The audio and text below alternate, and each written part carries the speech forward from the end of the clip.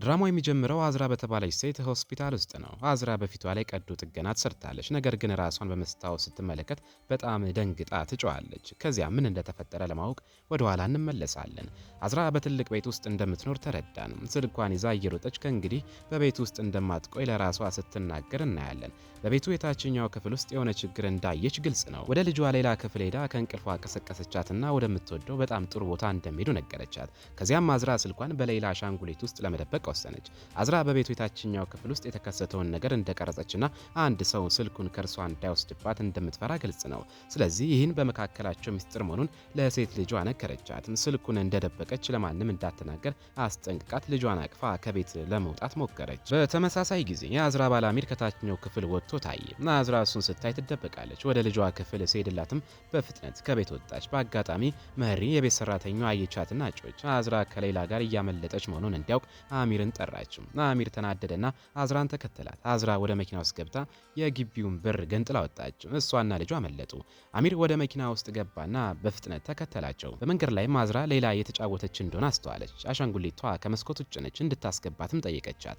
ነገር ግን በድንገት አሻንጉሊቷ ከሌላ እጅ ወደቀች። ስለዚህ አዝራ አሻንጉሊቷን ለማምጣት መኪናዋን ለማቆም ተገደደች።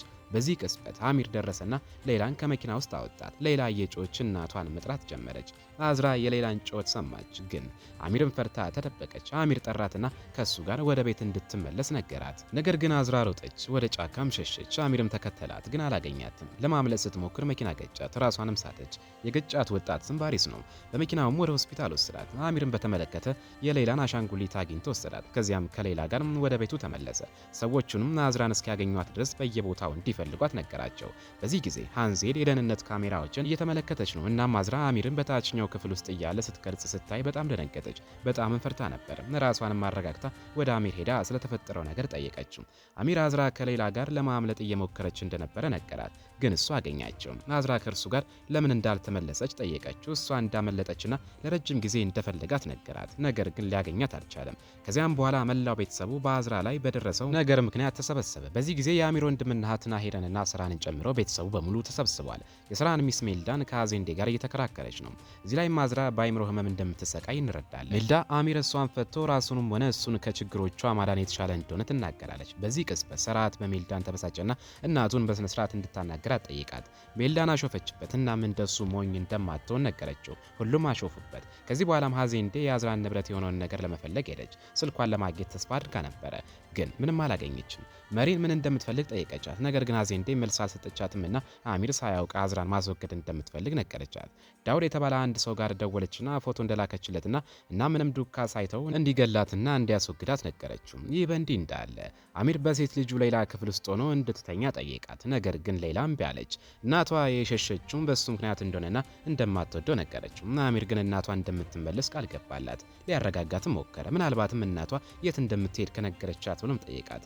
ሌላም በጣም ፈርታለች። እንደማታውቅ ነገረችውና ከክፍሏ እንዲወጣ ጠየቀችው። በሌላ በኩል ባሪስ ወደ ሆስፒታል ደረሰ። የፕላስቲክ ቀዶ ጥገና ሐኪም እንደሆነ እንረዳለን። ራሱንም ለነርሶቹ አስተዋውቀው እንዲንከባከቧት ጠየቃቸው። ከተወሰነ ጊዜ በኋላ አዝራ ምንም ጉዳት ሳይደርስባት ነቃች። ባሪስም አረጋግቶ ስሟን ጠየቃት። ዋሸችና ዴፍኔ እንደሆነ ነገረችው። ባሪስም ራሱን አስተዋወቀና በድንገት በመኪና እንደገጫትና ለቤተሰቦቿ ለማሳወቅ ስልኳን እንደፈለገ ነገር ግን ማግኘት እንዳልቻለ የሆስፒታሉ አስተዳደርም ለፖሊስ እንዳሳወቀ ነገራት። አዝራ ደነገጠችና ፈርታ ፖሊስ እንዲሳተፍ እንደማትፈልግ ሰበብ እየፈጠረች ዋጋ እንደሌለው ነገረችው። ስለ ማንነቷ ብቻ መረጃ እንደሚወስዱና ለቤተሰቦቿ እንደሚያሳውቁ አረጋገጠላት። ፓሪስ የሕክምና ሪፖርቶችን ሲመለከት ሸሸች። ባሪስ በተከሰተው ነገር ተገረመ።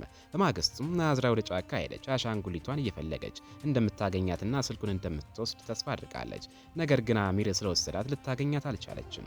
በትልቁ ቤት ውስጥ ሌላ አሻንጉሊቷን ይዛ በእናቷ ምክንያት በሀዘን ተቀምጣለች። በተመሳሳይ ጊዜ አገልጋዩዋ ሀፊዛ ጥሪ ተቀበለች። አዝራ ነበረች። በመንገድ ስልክ ደውላ ስለ ሌላ ጠየቀቻት። ሀፊዛ ሌላ እንደተበሳጨችና ለመብላትም ሆነ ለመጠጣት ፈቃደኛ እንዳልሆነች ነገር ግን አሚር እንድትበላ እንዳሳመናትና ወደ በጎ አድራጎት ዝግጅቱ እንደወሰዳት ነገረቻት።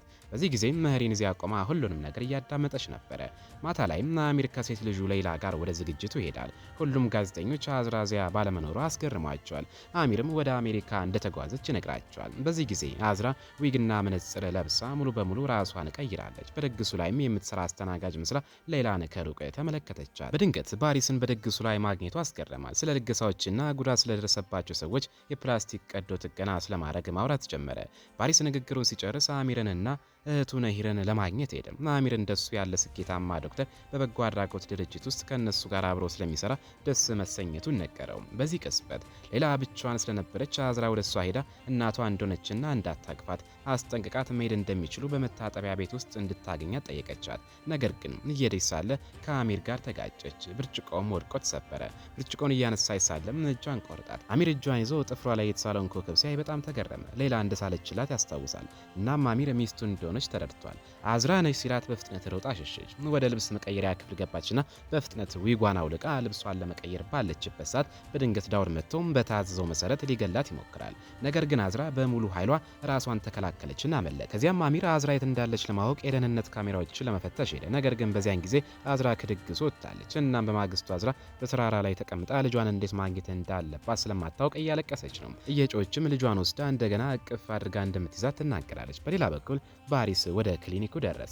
ጸሐፊዋም እየጠበቀው ያለው ታካሚ እንዳለ ነገረችው። ሲገባም አዝራ መሆኗን በማየቱ ተገረመ። አዝራ መልኳን ለመቀየር ቀዶ ጥገና እንዲያደርግላት እንደምትፈልግ ነገረችው። ባሪስ ተገረመና ጥያቄዋን ውድቅ አደረገው። በተለይም ከሆስፒታል ካመለጠች በኋላ ተጠራጣሪ ይሆናል። አዝራ እያለቀሰች ለመነችው። ራሷን ለመጠበቅ ቀዶ ጥገና ማድረግ እንደምትፈልግና ምክንያቶቿን ልትነግረው እንደማትችል ገለጸች። ባሪስ አሁንም እምቢ አላት። እንድትሄድና ወደ ክሊኒኩ ድጋሚ እንዳትመጣ ነገራት። አዝራ ተበሳጭታ ክሊኒኩን ለቃ ወጣች። ባሪስ ስራውን ሲጨርስ ከክሊኒኩ ፊት ለፊት እየጠበቀችው ያገኛታል። ችላ ብሏትም ይሄዳል። አዝራ በየቀኑ መምጣቷን ቀጠለች። እንዲረዳትና ቀዶ ጥገናውን ሊያደርግላት እንደሚችል ተስፋ በማድረግም ከክሊኒኩ ውጭ እየጠበቀች ነው። አንድ ቀን ታዲያ ባሪስ አዝራ ስትጮህ ሰማች። ዳውድ አገኛትና መኪና ውስጥ አስገብቷት ይዟት ሄደ። ባሪስም በሞተር ሳይክል ተከተላቸው። አዝራ የትራፊክ መጨናነቁን ተጠቀመችበት። ዳውድ መኪናውን አቆመ። አዝራም የመኪናውን በር ከፍታ አመለጠች። ዳውድም ወጥቶ አሳደዳት። ወደ ህንፃ ውስጥም ገቡ። ሊይዛትም ብዙ ጊዜ ሞከረ። አዝራ መታችና አመለጠች። ወደ ህንፃው ጣሪያ ወጣች።